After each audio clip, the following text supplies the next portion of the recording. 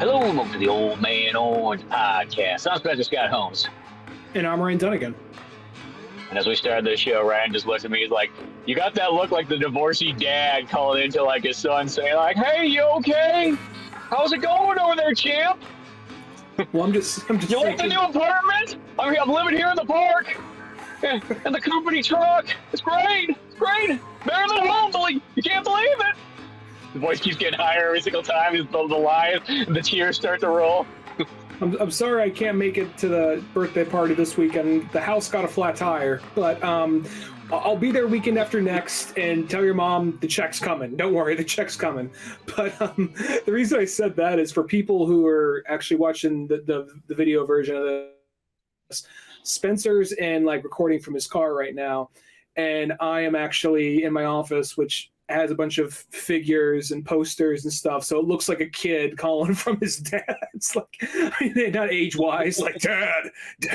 Like, I mean, the idea of just like, all the, looks like looks like a toy store. Well, that's what it feels like when you do a car podcast. It just you have that feeling of like this is home. This must be where he lives. He's one of those car hobos that hangs out the park. You're just what's the word I'm looking for? You're just multitasking. You have a few minutes to kill, so podcasting, time difference over here, what time to do it, I mean, that's the one thing I do love. I love how we can podcast from anywhere, known to mankind.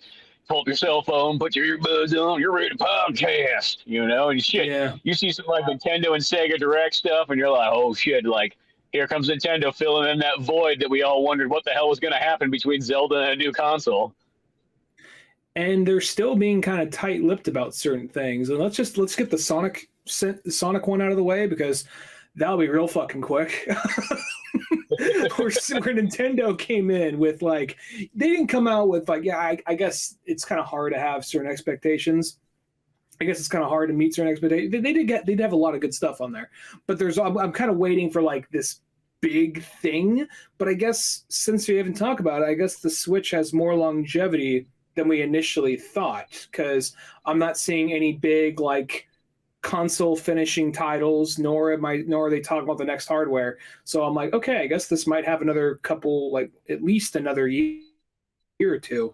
But then the thing with but then jumping over to Sonic Central, Sega's Sonic version of Nintendo Direct, it literally felt like, oh shit, we forgot to do our homework. And then like Sega's rushing in, like there's like Nintendo in front of the class, like, giving a perfect presentation, PowerPoint, everything with nice graphics and all that. And Sega's fucking mascots and stuff. They're like, we brought the mascots in from the 90s commercials just to, make everybody cheer on. And tells all the other kids to reach under their seats, and they all got like the new Switch. Or like, oh my god, yeah, no, it's cool, right? That's my project. And then all of a sudden, like, fucking Sega stumbles in, like, oh fuck, hi, yeah, and just like putting up some like a cardboard like a cardboard like poster on the wall, like, okay, here's mine, And don't get me wrong, I'm looking probably more forward to Sonic Superstars than I am like nearly anything else in any of these. But at the same time, we already knew about it. And they just said, yes, we're bringing back Sonic Superstars. Look, Fang is back. Like, yeah, we saw him in the other trailers. We just felt like bringing him back. Cool. Well, it does have that feeling, too, that, like, Sega's like, shit, what do we do? Looks over at Nintendo thing. What's this Sonic, or what's this Mario Wondery thing? They're like, that. Fuck, we can do a Sonic version of that. Like, we got him. Put that trailer out just 1 week before theirs, and we'll look like we got the idea first. Well, even like, okay, so I guess let's, because all they really did is like the Sega one just covers. I'm like, maybe we can do one on Sega. But after watching the Sega one, I was like, they're just talking about things we already know are coming out, other than maybe some toys, or like, oh look, this character's downloadable and the in like an online game, and oh yeah, they mentioned Shadow's going to be in the Sonic movie, which gee, really? But beyond that, it's like, it was just shit we already knew, other than just merchandising shit. So I guess Nintendo is the big one. And Nintendo Direct, I'm not going to say it was like their best Nintendo Direct, but they had a lot of good stuff on there. Yeah, no, it was one of those ones like this. They have a bunch of cool stuff coming out, but at the same time, it also feels like it's almost like Nintendo even hit a wall and was like, oh shit, we don't have a new system. We released our final game for the Switch like almost a little too early. Well, what are we gonna do? We can just start remastering some things and throwing them out there and giving packs of stuff that people already wanted. Like, you know what I mean? Like, go through the vault real quick. We got stuff to show them. And I feel like it's one of those things where I don't want to close this window. Goddamn mosquitoes. All right. It's also one of those things where don't get me wrong, like probably the second thing I'm looking forward to the most is probably the Mario RPG remake and how true and accurate they're keeping to it. But sorry, I'm going to be doing this throughout the podcast because I got like fucking 2 mosquitoes in here. But nothing's worse than that. They're just going to haunt you till then. Yeah, don't worry. And I'll just be dripping wet, like, yeah, just like swiping the room, like, I'll be like that episode of like Breaking Bad where they're trying to kill the fly the whole time, you know? Oh, yeah, totally. Anyway, but because I don't think any of us were expecting to do like maybe a Mario RPG game, but something in the vein of Paper Mario or Mario and Luigi, not a full-on like Mario RPG remake and kind of the style of that, but just remastered graphics.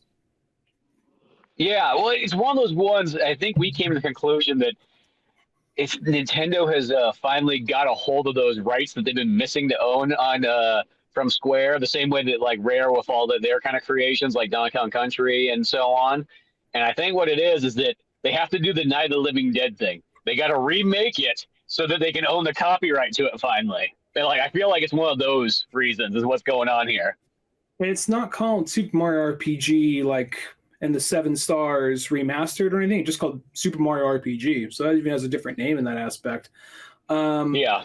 Maybe there'll be a subtitle somewhere when you on the loading screen or something. But I think it might be something to the effect of because I was looking again, because you know you expect to see the SquareSoft logo or like or Square Enix logo on there somewhere. But at the end of the title, it just says copyright Square Enix at the very bottom. So maybe they are still paying out or something to that effect.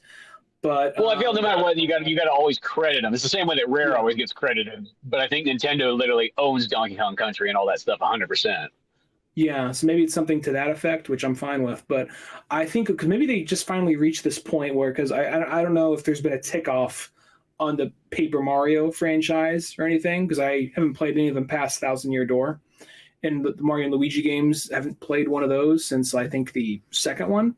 So maybe they're just like, you know what, let's just go back to basics and get something like all these fucking grandpas are complaining about, you know, and talking how they want to go back. And maybe not every game needs to have Geno or Mallow or whatever, but at least an like a continuation of the series in this style. Yeah, well, it's the upside is because I mean, when I was first watching that trailer, I was really scared. I was like, I know what they're going to do. They're going to take the RPG element out of it. Like they're going to, try to modernize it, like Square did with Final Fantasy VII. Yeah, you know what I mean? It's going to ruin everything about it. And then it's like, oh, okay. Well, instead they're doing kind of in the sense what you would say, like a lazy remake, where it's just like, oh, it's just the graphics slightly upped, but that's kind of fine and dandy. I'm kind of glad that's all it is. No, you know what I mean? Nothing else more. That's it. Just keep the graphics like that. Granted, it's Nintendo, so they're like, we're going to charge you $60 for it, you fuck. You know, if we released this on Super Nintendo on the Virtual Console, it would have been like $7.99. But now that we just, put a sprinkle of magic over the graphics, now we're going to get the rest of the $50 out of you. Yeah, it's definitely the case. I'm like a cat right here just chasing a fucking butterfly. I'll need some mosquito. And yeah, no, it's one of those things where 2 for 2, motherfucker. Yeah. Sorry, mosquitoes are a real problem over here this time of year. Anyway, I think that's the last of them. Anyway, so yeah, no, I mean, I'm not surprised. It's $60. I mean, Link's Awakening remastered was $60. So, but that one was like a full remake, though. What? That was like a full remake, though. The Link's Awakening one. Well, isn't this what we just? Well, I mean, basically, I guess it is. But I mean, I guess it's different. It's this different. No, I get what you mean. Same. It's a full on new game, but I guess this just. I guess because it looks like the same game, just better graphics. So that's all it really is, I guess. But yeah, I don't know. It doesn't surprise me. It seems like a very. No, it doesn't surprise me, and we're at that point now where like I feel so many companies are like, what are you gonna do? You're gonna pay for it, like especially Nintendo. It's like that was like the Advance Wars one. I think that was $60. Like all these games, they're just like they just do like a light splash of paint and like get you like real hardcore. I'm going to say at least this one and Link's Awakening. I mean, I haven't played this one yet, but just going off the trailer, because they're not even doing that cheap thing that like so many like Pokemon games do, where it's just like, hey, there's a ninja character. Like, yes, I need to go now. The screen cuts to black, and this is like one of the 3D games. The screen cuts to black. You hear, and then another character just turns like, wow, I can't believe he just backflipped out of this room. Looks back at you. You paid $60 for this. And it's one of those things where, like, at least they're showing, like, animated cutscenes. I'm not sure if it's going to be for everything. I don't need voice acting or any of that. But then, like, at the same time, at least it looks like it's fully, like, effort's gone into it. Even, like, Link's Awakening, that, like, it felt like I could see the work went into it. Yeah, exactly. Well, that's what I mean, though. It's like the Mario RPG one, like the extra cutscenes and all that small stuff. Plus, that games is like that's like one of my favorite games ever. So I don't really care. Like I love that regardless. No matter what, I'll have like the grandest time as long as they don't change any of the core gameplay aspects. Like that game's already perfect as is. I mean, they don't even really make very many RPGs that are in that style. It's such a rarity.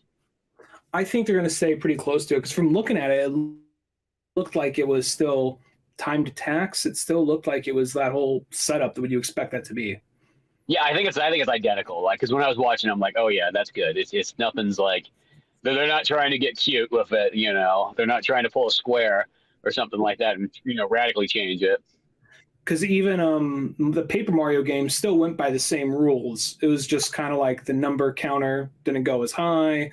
And it was little because you still had flower power, you still had heart power, all that kind of stuff. It was just a matter of like, and then like you just had also like some games of the gimmick where it's a stage, so you have to appeal to the crowd. And if you start to do bad, the crowd starts to boo you, and they'll throw shit at you in the audience, or you have to like there's like little gimmicks like that. But ultimately, at the end of the day, it was kind of like trying to copy Mario RPG. Yeah, and the only downfall, guys, like the Paper Mario games, they're like those ones that. I've given the college try to those ones many a times over the years, literally from the N64 on. But it's like after Mario RPG, they always just felt there's like such lesser games. Like they're one of those ones. Like if you never played Mario RPG, I get why some people like love the living daylights out of Paper Mario. But when you play the Mario RPG and then you go to the Paper Marios, it always just feels like God. This is like just it's like you could tell that like without Square there's something drastic missing. It's one of those things like so. Here's the thing. I played a little bit of Mario RPG before I had an appreciation for it. I didn't even know what an RPG was at the time, So I was just kind of like, I just saw, it's a 3D Mario adventure game. And they're like, oh, what's this thing where we take turns hitting each other? What the fuck is this? And I didn't play anything up until then. So I don't really have an appreciation for it. So I kind of just pushed it aside. Now by the time I was understood RPGs, ended up mind reading in games. I was, that's where I came across Paper Mario and liked that one. So I think, Mario RPG was always this thing I always wanted to try out and go back and replay. And we did that a few years ago back on Mario May, I think our first Mario May. So, yeah, and that is my favorite of all the Mario RPGs I have played. So I look forward to that one. And we could probably talk all day on that one. But anything else you want to talk about that before we move on to any other game? No. I mean, as I said, that one's like I'm glad it literally comes out in November. I'm super stoked for that. It's like 100%. Like that game could be like one of those ones that they charged $100. I would still pay it. And be like, because it's Mario RPG. You're like you'll suck that Italian dick. Should I paid $100 for many other games, so it wouldn't toss me off. Like it's that one that like it's like when people bitched about like when the Final Fantasy 1 through 6 collection was like $75, which granted it's a weird price for it to be, but my always like rebuttal to that is like, let's be honest, is there any other game you're going to spend that amount of money on that you're going to get that much worth out of? No, there isn't. Like at least at the end of the day, you're going to get like the highest quality game with that set. Is it a little bit expensive? Yeah, but here's the thing. You probably bought a lot of stupid games for about that price that were definitely nowhere near that quality. And that was the Final Fantasy collection 1 through 7? No, 1 through 6. It came out just a couple of months ago. It was like one of those ones been waiting for it to come out forever on the Switch. They put it out on Steam like 2 years ago, and they put it on the phone, and it's like, well, dude, come on. Like, that needs to be on Nintendo, and then now we can finally have literally Final Fantasy pretty much 1 through 12, just including 11 on Switch, which just only feels right. Because I feel like those are those kind of games that, like, once you have a Nintendo controller in your hand, you're playing it, you're like, this is how it should have been from the beginning. Like, I know 1 through 6 was, but when it comes to 7, 8, and 9, like, they just feel so much more right to have that Nintendo controller in your hands. Like, it should never have been Sony. Yeah. Yeah, get him. There's another one in here, motherfuckers. All right. He's around here somewhere, so I'll be like, like who the hell are you? Like doing that shit. Like, trying to find this fucking thing. Anyway. Yeah. I guess it's one of those things, like, I remember it just felt weird saying, like, just the very concept. Now it's anything seems possible, but the very concept of seeing Final Fantasy X on Switch was like, wait, what? that felt fucking weird. Seeing that on there, like, this seemed like impossible, like back in the day. Like, wait, Final Fantasy X. I know back in the day, NES, but at some point it seemed like almost a PlayStation exclusive thing. So the idea of, like, wait, what are you doing here? Are you okay? Are you lost? Do you need to ride home? You're not going to get in fucking trouble for being here. That's kind of how it sort of felt. Yeah, I know, but it also felt like Square finally came back to Nintendo, like the promise he predicted. As the stone tablets prophesized so many years ago. But speaking even just of collections, because that was like pretty much what Nintendo's Direct was. I feel like Nintendo's Direct was to distract you with these collection sets and remasters and so on, so that you realize that there's no new big game coming out.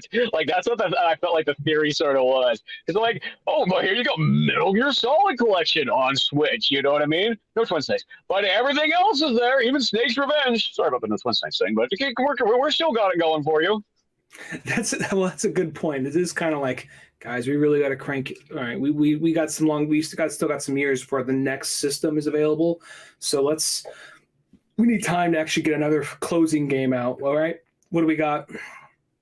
Like, well, shit, we have little things we just got to throw down some money for. What's some of the money we got to throw down? Well, there's Mario RPG to make all those fucking, these fucking, like, millennials happy. Like, motherfucker. They walk into Square, just throw a suitcase on the table. Fuck you, you know what it's for. And they just walk out with Mallow by the hand. Like, but that's not fucking, this is your home now. They're just like, looks over at Cloud and Cloud and Squall, like, be good to him. Like, it's fucking ours now. Oh, you're hurting my wrist. He's crying. Oh, fuck, it's raining.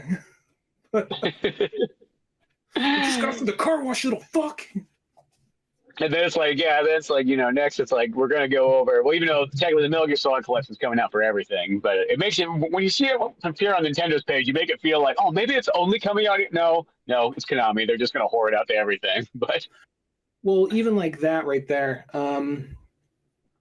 the Square, because that has me wondering, because it probably doesn't take a whole lot to throw out, but for a while Konami was just being like, there's some business tycoon. It's just like, fuck video games, we don't care about video games. Coleco machines, that's what it's all about. Maybe we'll lend you the rights to make like a Castlevania thing, but we're fucking done, we don't care. It seemed like that way for a while, and then now, because they have this coming out, and then they have, like, for I think at least the PS5, I don't know if it's also for the Xbox, they have that remaster of like Metal Gear Solid 3 coming out. So a remake. Yeah. So I'm wondering. And then they got like those like triple threat or whatever, quadruple threat of Silent Hill games too. That I feel like they threw that out there. The people were all excited. They're like, we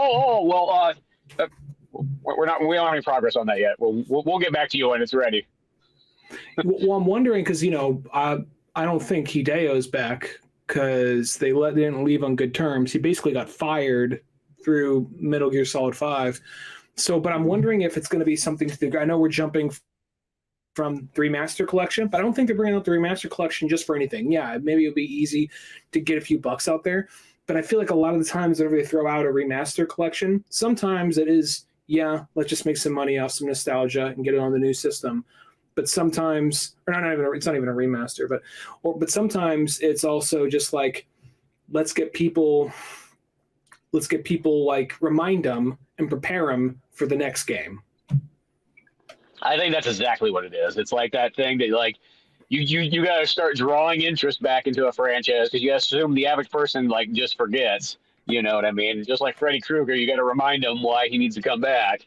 And I feel like that's what they're doing here with the Metal Gear Solid. I'm just glad to see Snake's Revenge is actually finally getting some love and being thrown back out there because that game literally I don't think's ever been re-released. You always had to either get it on NES or you're getting it on an emulator. That's it. So the fact that you could actually get it like that's pretty cool. It might have been on the Wii version of the Virtual Console because they had like next to everything on there. But yeah, so that man, I'm looking forward to that. I'll definitely be buying that, and I think by then, but eventually, I will have a PS5 eventually and play Street Fighter 6, and then eventually one day, I'm sure because the 3 remake is some time away, but I'm wondering if they're going to do something kind of like what Resident Evil has been doing, where they just full on remake the games with an updated, modern sensibility, and to just going in chronological order. We can skip 5 because 5 wasn't that long ago, but we can go 3, 1, and then onward. You know.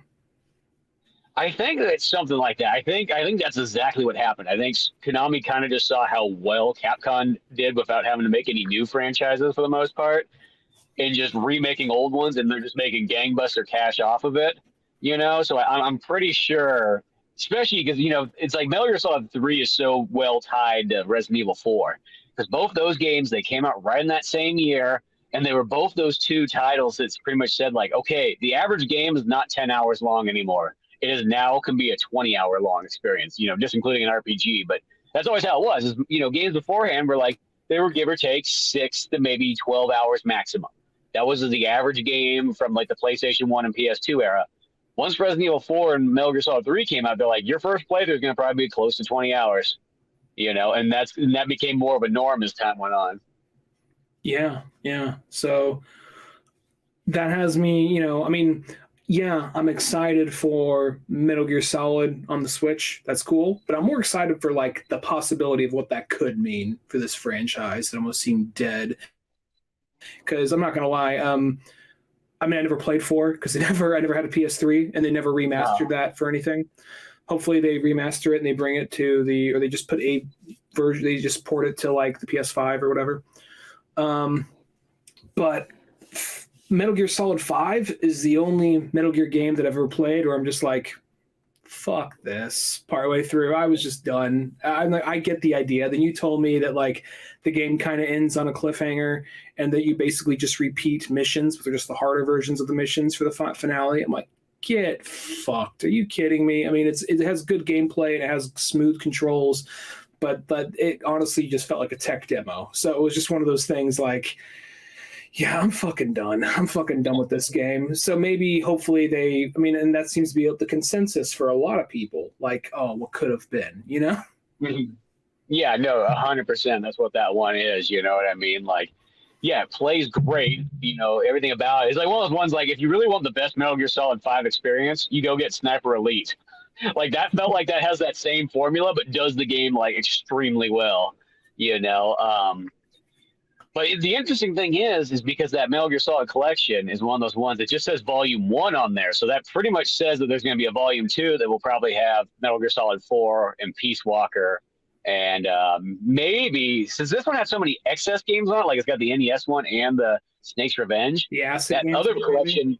Yeah, they could have the acid games and all those other just random ass ones on there, portable ops and so on. You know, not saying that those ones are always the most exciting, but like there's something kind of cool about having a collection. I feel like when you make collections, you want them to have all the games, even the games that, you know, you probably wouldn't go out and buy maybe like individually on their own. But in a collection, I think it's cool that you could try everything. That's why I think Snake's Revenge being on there, that to me, like, it's like, no, that feels right. You know what I mean? Like that right there is a piece of Metal Gear Solid history. And it's like, why exclude it? Yeah, it's kind of like, we can talk about this quickly because this is once again things that we already knew was coming out, like Sonic Origins. Like, yeah, the Game Gear games are not the best Sonic games on there, but they're part of Sonic's history. If you got room for it, yeah, throw it on there. Yeah, exactly. You know, and it's kind of like you with the Metal Gear Solid one. It's like I think about like, well, I have these games on PlayStation, PS2. I have the PS3 collection. I have the Xbox 360 collection of it. Do I need to spend another $60 to have it on Switch? Well, let's be honest. Everything's always going to be better on Nintendo. It's just going to seem more right if you can play Metal Gear Solid like 1, 2, and 3, and all the other ones on your Switch. I don't know what it is. If I can bust out an N64 controller and play with it, it's even better. Gotta catch 'em all. Capitalism. But yeah, it's that one that's like, it's amazing how many times you'll rebuy like certain games. You know what I mean? Just over and over and over, and just you don't care. It's like Sonic. I always say Sonic 2. I think I bought Sonic 2 like almost 17 times if you include every single kind of collection and different variation. And I know I'll buy it again. I know I'll find another version of it on something else. Be like, well, Sonic 2, I guess I gotta have it. Why not? I think it's one of those things when you're a kid. There's that period where like, well, why would I want to spend a remake on a game? This is like one of the 2 or 3 games I get this year. If I really want to get that game, I could just plug it into the NES, or I could just plug it in my old NES, or I could plug in my Super Nintendo and play it, But then we get to that point where it's just like, you know what, I'm an adult. Do I really want to pull the thing out, plug it back in, play this one game, then unplug it, and like, no, just fuck it. I'll pay $60 for this whole collection or whatever. I'll pay $45 for it or whatever. So yeah, we're kind of at that point, and if it's available that way, then cool, So Metal Gear, I'm looking forward to that. There's Pokemon DLC, and I'm kind of like, all right, well, this wasn't the most exciting Pokemon game to me. I liked it, but I wasn't really blown away by it. So yeah. DLC, I'm like, I'll get around. It's available now, but I mean, I got to put time aside. I'm in no big. Well, it's not out till like it comes out like late fall and Christmas is when the next 2 Pokemon DLCs come out. I thought it came out now. Oh, pre-orders. It was pre-orders for it. Yeah, because I looked it up, and that's what it says at the end of the trailer, and I was like, oh, okay. Like, none of this stuff comes out anytime soon. Like, everything. I think Metal Gear Solid's like the closest one, being because it comes out in October. I kind of like, when they're showing that, I'm like, I guess, because when that Pokemon game was coming up, I was getting amped for it, and I was playing it, like, I was enjoying it, but I wasn't like, we both had the podcast on it. We were both kind of like, yeah, it was fun, but, it's whatever. I'm kind of like, so will I get that expansion and check it out? Yeah, I will, but I'm not expecting to be Pokemon. It's Pokemon. Yeah, I'll get it. But the thing is, I guess when Sword and Shield came out, because even though that game, like that game, like the first expansion, like that was fun, but the second expansion really picked things up on it. I felt like, Mm-hmm. Yeah, no, I thought those ones were good and so on, and. Yeah, as I said, these ones will be it'll be interesting to see what they do. They might actually deliver a pretty solid expansion, because since this last Pokemon game is kind of like, it's like the weak link of like Pokemon series in a weird way. Like, what I mean? It's like the first time that I felt like a Pokemon series kind of tripped. Not saying the game's not bad, but like, it just didn't feel like it's up to par with every other release since Red and Blue, I guess. As far as the main Pokemon series goes, I'm not going to say any spin-off thing or something like that, but. Well, it's me. I'm kind of like a what's the word I'm looking for? Like, born again Pokemon fan. Like, I was really into it. I went really hard, and then I got all kind of, this is for kids. Get it away from me. I never liked it. No, why would I? Fuck you. I never liked it. No, I was just going through a phase. Whatever. And then I came back to it. Like, yeah, I'm sorry. I why did I ever leave you? So and then like. I've been kind of retroactively going back and playing some of the older games. I haven't really played them all, but it was basically Red and Blue, a little bit of Silver. I dropped off. Then Let's Go and Sword and Shield came out, and that was me getting back into it. So, from the going back and playing some Black and playing some X, I have been kind of like, I'm kind of seeing, I kind of see what people mean, because it just doesn't seem like they've expanded as much as they could have from this point. So when you get to like, because when you play Sword, if you go to play Sword for the first time in a long time, playing a Pokemon game, it feels like there's a lot to like, oh wow, there's so many new things. But for other aspects, I guess, whatchamacallit, Scarlet and Violet felt rather kind of like, yeah, it's open world, but everything's open world now. And it's all just kind of like, it just felt like a big kind of like, it was fun, but it was just like, oh, what else you got, Well, it's like, I think the downfall also too is like, for a Pokemon to be open world, the weird thing is it's open world, yes, sort of, but it's still like, the gyms are all still lined up by who's the difficulty and so on. Like, I'll actually give credit, like in Diablo 4, which is also kind of a pain in the ass too, but like, is everything levels? It's like has that open world thing the same way Pokemon is, where you can kind of run to whatever mission you want to and so on. But everything levels up with you. So just because you thought that like you went somewhere, it's like, man, that was fucking hard. I guess I'll come back later. You come back later, it's like, damn it, that stupid thing leveled up too. Are you kidding me? Like, yeah. But I almost feel like that's almost kind of nice because it balances everything. Still, no matter what, you can't just do the cheap thing where you go, okay, well, what's all these Mega Man bosses' weaknesses? Okay, that's how I'm going to go through it. Cool, done. You know, like you have to like literally go, okay, no matter what, everything's going to still be somewhat of a challenge. And I guess this expansion to it, I don't really know. It looks like one thing you're on the cloning facility from Attack of the Clones, and the other one, I don't know I'm just saying it looks like it's a little disc thing in the middle of the ocean. But then the other one, I don't remember where the other one's at. It's like at another island or something. Oh no, it has more of a. I think it has more. Yeah, it's like a festival type of theme going on to it. So yeah, it could be fun. It could be cool. I know I'll get it, and maybe we'll talk about it if we're both into it enough. And then there's also Detective Pikachu 2, which, you know, why so soon? Yeah, more Detective Pikachu stuff where he's like, oh, okay, you know. I never played the first one. No, I didn't. It just didn't. I'm like, I'm sure it's probably something interesting. I'm not saying anything against it, but it's like, I'll take my straightforward Pokemon games. Well, I'm wondering, is it like a point-and-click adventure? Because I cannot parse together what the gameplay, because I never played the first one, and I cannot parse together what the gameplay is from that trailer, because it's only cinematics from, once again, like GameCube era, because Pokemon just like, fuck you, you'll buy it, we don't kind of try harder than that, you know? So, yeah. No, I think it literally is something like that. I think it's like kind of a murder mystery, point and click, solving that kind of stuff, like, which those always to me feels like the kind of games that there's nothing wrong with them, but you got to be in the mood to play them. You can't just turn them on. You know, it's kind of like all those what I always call Sega CD style games where, you know, FMV or, you know, any of those like very like story driven ones, even like ones like the Telltales and so on like that. I always feel like those games, like if you're not like into that right now, it's like you can't just throw it on because it's something that's almost completely different than a normal game experience. Yeah. So that's coming out, so I'm sure someone's excited. I was just like, I never played the first one. I don't even know what the gameplay is. I'm more into the standard Pokemon games for that, so maybe I'll pass on that one. But if it's cheap for like $40, maybe I'll check it out, but I don't know. Yeah. But then it's like Nintendo's still filling the void of other stuff. They got like, there's like Pikmin 1 and 2 remade again, you know, like here you guys go. You know, I haven't played Pikmin since the GameCube, so I was like, maybe I'll bite, you know? Well, it's like I thought too, because I really liked Pikmin on GameCube. I had a great time, you know, 20 plus years ago, whatever it was.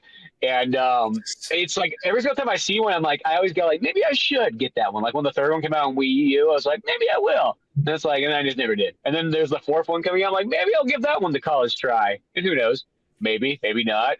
You know, we'll just see kind of how it goes. I'm not opposed. As I said, I did enjoy the first one. It's just those like those kind of games that's like, if there wasn't so much other stuff in life, I think, you know, you would. Or that's where I always feel when there's those certain people that like they're very, very like purists, like they only own one system. And like because of only owning one system, you're sort of forced to, you know, get just whatever games are coming out that way. I feel that kind of works out now. Like if you're that person that only owns Nintendo and you never bought PlayStation, you never bought a PC, you never bought Xbox and any of the other stuff, I can see where like those kind of games is like that would fill your void when like, well, I guess I'm not playing Uncharted. Oh, Pikmin 4, you know what I mean?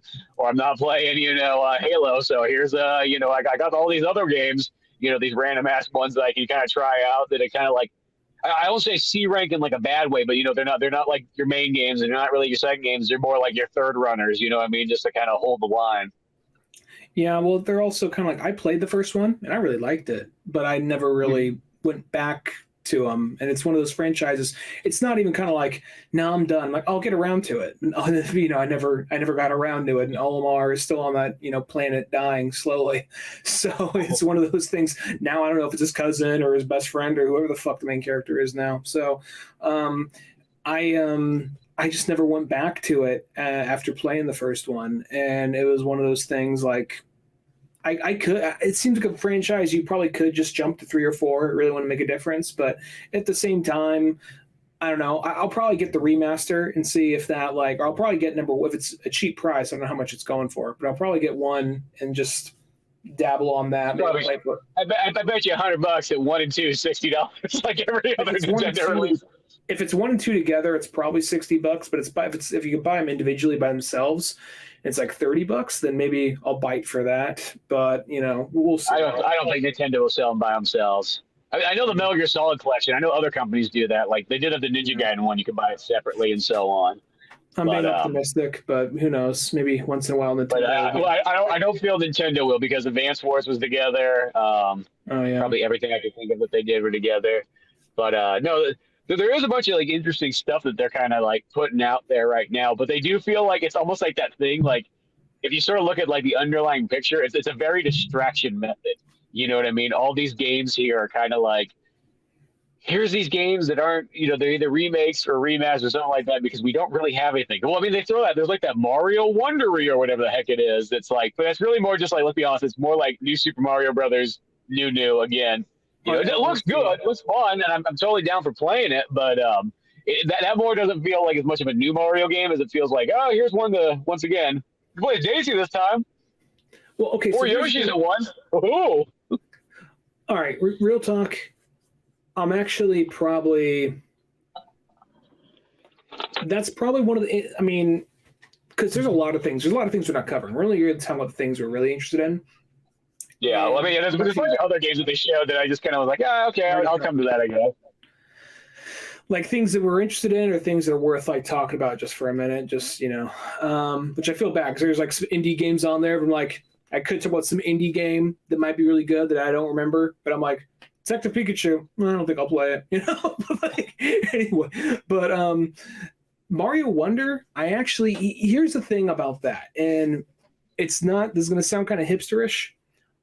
Yes, I think it looks good. Yes, I'll probably get it, but I'm not really excited for the game itself. I'm excited for, I guess, what that means for Mario as a franchise. Because for a while, like any 2D Mario, if it wasn't Mario Maker, even Mario Maker, it was the new Super Mario Brothers aesthetic, which was very old to me. And I know that at the end of the day, Mario is a very group-focused corporate character and franchise by now. I know that.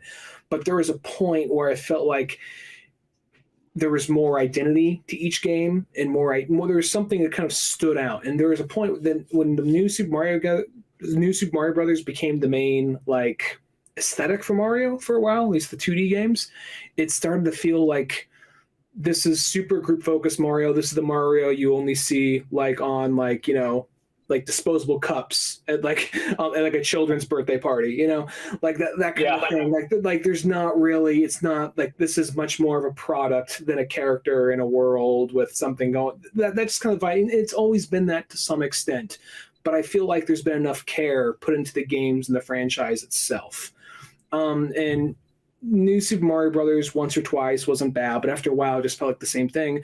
And this is definitely doing part of that, but at the exact same time, just the fact that they're giving it a different art style and they're doing these weird inventive power-ups and these weird things that basically there's all these years of people saying, oh, Mario's on shrooms, dude, Mario's on shrooms, because they don't realize that Japan just eats mushrooms normally. Like it's a normal everyday thing to eat mushrooms. Like in America, mushrooms aren't thought of as a vegetable first and foremost. They're thought as recreational before anything else.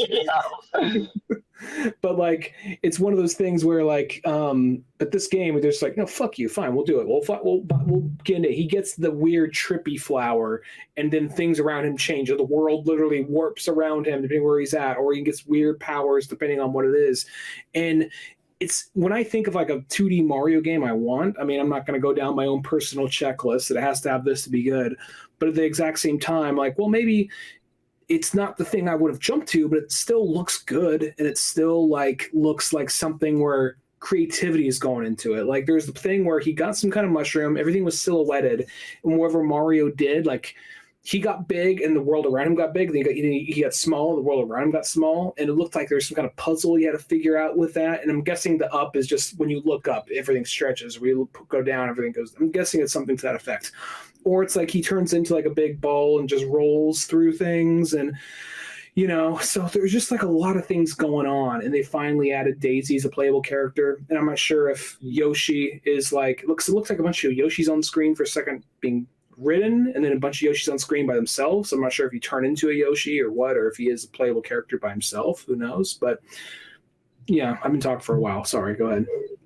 Yeah, well, no, it's definitely one of those ones. It looks kind of interesting, and it does feel like it's kind of hopefully taking it out of the mold of the new Super Mario Brothers style, because that was that one that they for like 15 years. It's almost like they just ate that style for like all the time. So I'm kind of glad to see it have its own unique kind of flavor going on. And it does feel like one of those ones that are like, sure, you can play as Mario, Luigi, Daisy, Peach, Toads, Yoshi. Like, oh, fuck, we play as everybody. Play Shigeru Miyamoto. We don't know. Like they're all there. We encourage you to take drugs when you play it, kids. Sega's got the money to say that now. We got the money and the lawyers. This game's made for Americans, who just don't understand what a shiitake mushroom is. They think it's a shit mushroom.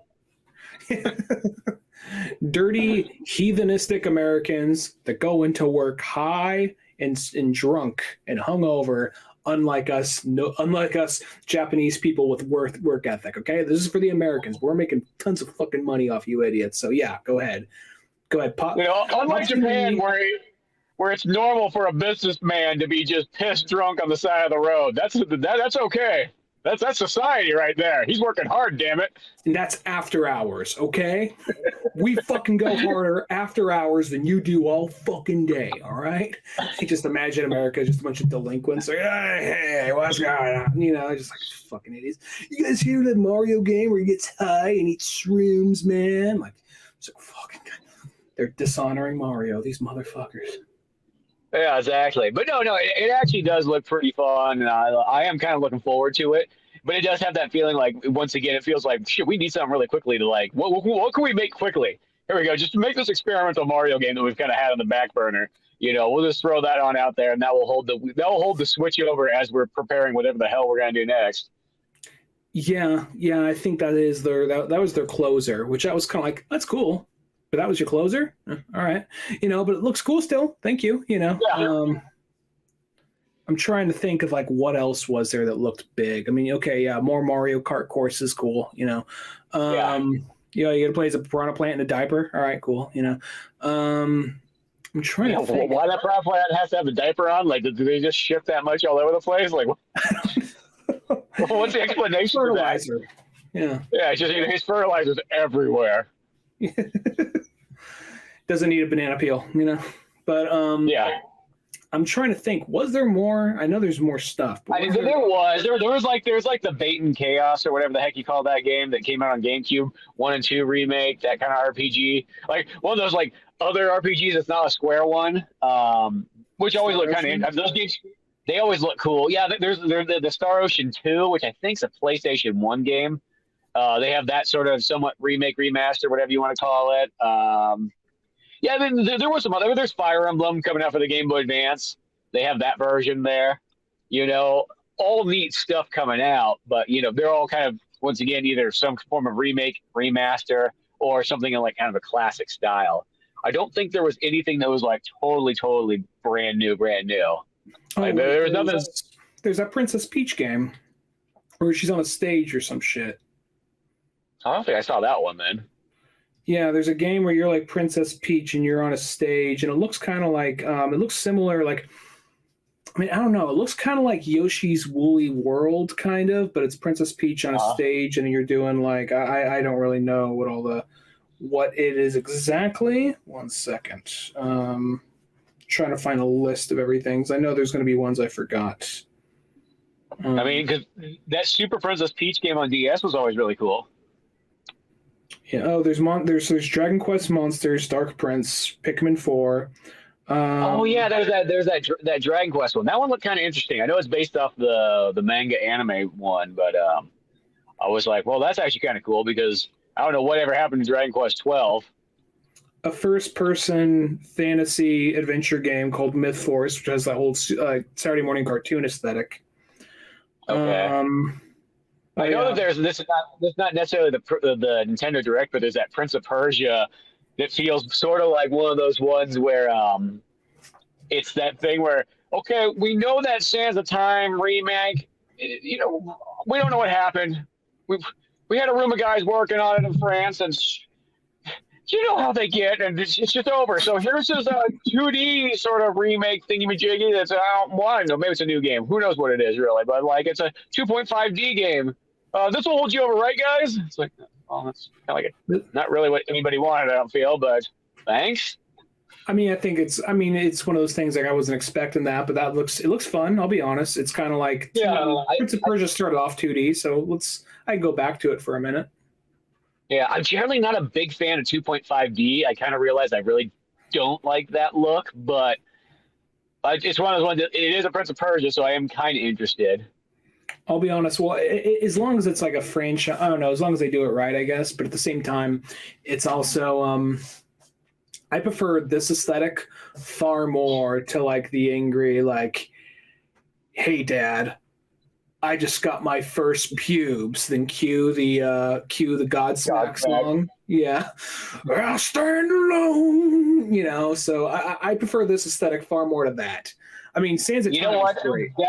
I will say, Warrior Within, though, is very, very, like, weirdly nostalgic because I felt like that was kind of lame when it came out, but I feel like now I almost like it a lot because it's just so ridiculous, you know? Like, it's almost even hard to believe that was what they were going to go with in one of those games. Well, it was also something to the degree of, because the first one was kind of like, dude, it's like Aladdin. It's like PG-13, but Aladdin, you know, okay, so it has a little that kind of whimsy thing. Like, yeah, sure, I'm not as in good a shape or Persian or like hairless as the prince, even at age 15. But at the same time, you know, like I can kind of imagine myself in this scenario. Okay, cool. He gives you that kind of like, you know, childhood fantasy whimsy kind of thing. And then you get to like the next one, you're just like, duh, yeah, what you gonna do, boy? You know, and then it comes in, just like, look at this shit. The loading screen is dripping blood. How fucked up is that? And then like, you think like you would use like at that time, because like, you know, like I'll stand alone, the Scorpion King soundtrack or whatever, like you think that would be like played like in one or two big like boss fights, but every time you bumped into like a boss, like darn, it was that like on a repeat or on a loop like most of the times, just that part of the song. And then, like anytime you just like walk in like darn, I don't feel like do this later, go the other way, the song just stops. Yeah, exactly. Like one of those things. But no, I mean, like, still, like, it's cool. At least there is some form of Prince of Persia, because that series just felt like it got thrown to like the fucking trash bin the second that Assassin's Creed came out. But it was also the because I think Assassin's Creed was going to start off as a Prince of Persia spinoff, became its own thing. But then it even like. But like I remember the one that was fun, it was like that weird kind of like it wasn't perfect, but it was fun. It was interesting. It was that weird like middle, like it was that that reboot that had the exact same name, not like Prince of Persia, like shit gets artsy or whatever, but Prince of Persia just 2013 or 14, whatever that one was. Yeah, it came out on 360 or whatever. No, I think it's even earlier than that because it was a 360 game. Yeah. So there's that. That one was fun, but it wasn't like wasn't amazing, but it was a good game. Yeah, I mean, I've always enjoyed Prince of Persia games, so I mean, as I said, I've kind of looked forward to it. As I said, 2.5D is generally not, just never like the biggest fan of that. I wish someone would just do straight up 2D animation that just looks so much better, and it's easier on the eyes to tell what the hell's going on. You know, it's fine for something like, you know, Mario can pull it off, but like some of the other games, it's like I'm always very mixed feeling about 2.5D games. It's like I kind of come to the conclusion that that's just I just don't like that platforming nearly as much. But I'm still interested in this one. Yeah, I'll probably check that one out. I'm hoping it's not $60, but we'll see. Yeah, this day and age, it wouldn't surprise me. It's like when an indie game nowadays can be $40, you're like, I guess, yeah. Everybody just charges what they want. Well, yeah, I'll be honest. There's I'm not gonna lie. I thought there's more to talk about, but I'm out. Granted, I just got back from work and it's like 11:30 at night here. But yeah, I kind of I'm having trouble thinking of other things to talk about for the, well, not in general, other shit, but like as far as like, how was your day? But no, as far as this goes, though, I can't really think of anything else, really. I think we just covered that's it, because as I said, the big ones was like the new Mario, of course, the Metal Gear Solid collection, the Mario RPG, which is probably the biggest one. Yeah. And then, kind of things like Pokemon and a couple other like knickknacks here and there, and the new Sonic as well too. All fun stuff that will hopefully kind of tide over, because it's kind of weird because it's like the rest of this year there's still, even on like PlayStation and Xbox, there's still not like tons of big things that are like coming out, except for like that Alone in the Dark reboot thing, whatever, that looks kind of interesting. Which I think that's also doing that same thing too. Like, shit, that Resident Evil's doing good. Fuck those guys. We got to come in and show them who's boss. Who started this? Oh, I guess we forgot to mention. Oh, Batman Arkham is finally coming to Switch. Oh yeah, that's right. The Batman Arkham. I thought there was another collection, which that's kind of one of those ones that's like, that's cool. That's what should have been on the Wii U instead of just doing, for some reason, the second one and not having the other things going. But which probably, I bet you, the Arkham collection, I wonder if it has Arkham Origins. Like that's the one that's like always like the black sheep of the group. Well, I don't think it has Arkham Knight. I think it is Arkham. They say the trilogy, but I think it's not. I don't think it's called the Arkham trilogy, even though it's kind of considered, because they originally do something like Arkham Origins, a sort, not technically the third one. It's actually a side spin-off game, but I think they kind of dropped that once they decided to do Gotham Knights or whatever. So yeah, I don't know. Because I think that, in all honesty, I think Arkham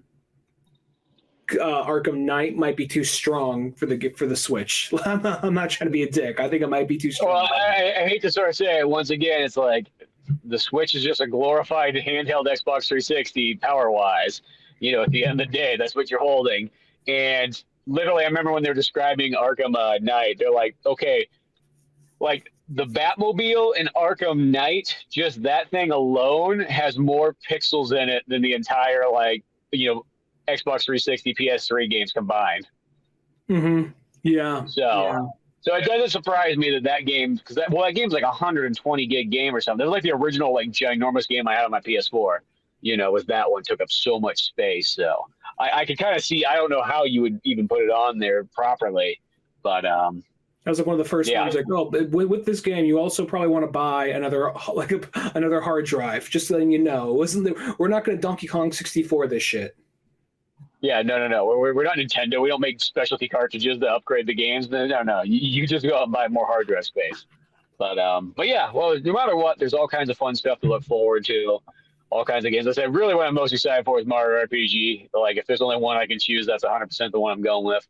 Even though I own that game multiple times over, but it would be nice to just to try it again and see what's new in that and go through there and go with that. But at least Nintendo's got us covered for the end of the year.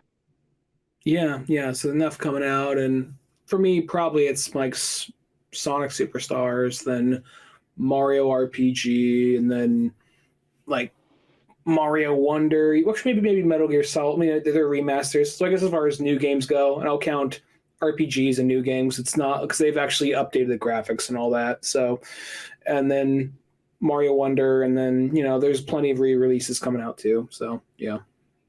So fun stuff to be had, but I guess till then you can go to oldmanorange.com for more podcasts, comic books like Pizza Boys and all our old animations and fun stuff. I'm Scott Holmes. And I'm Ryan Dunnigan. And we'll see you some other time. Later, folks.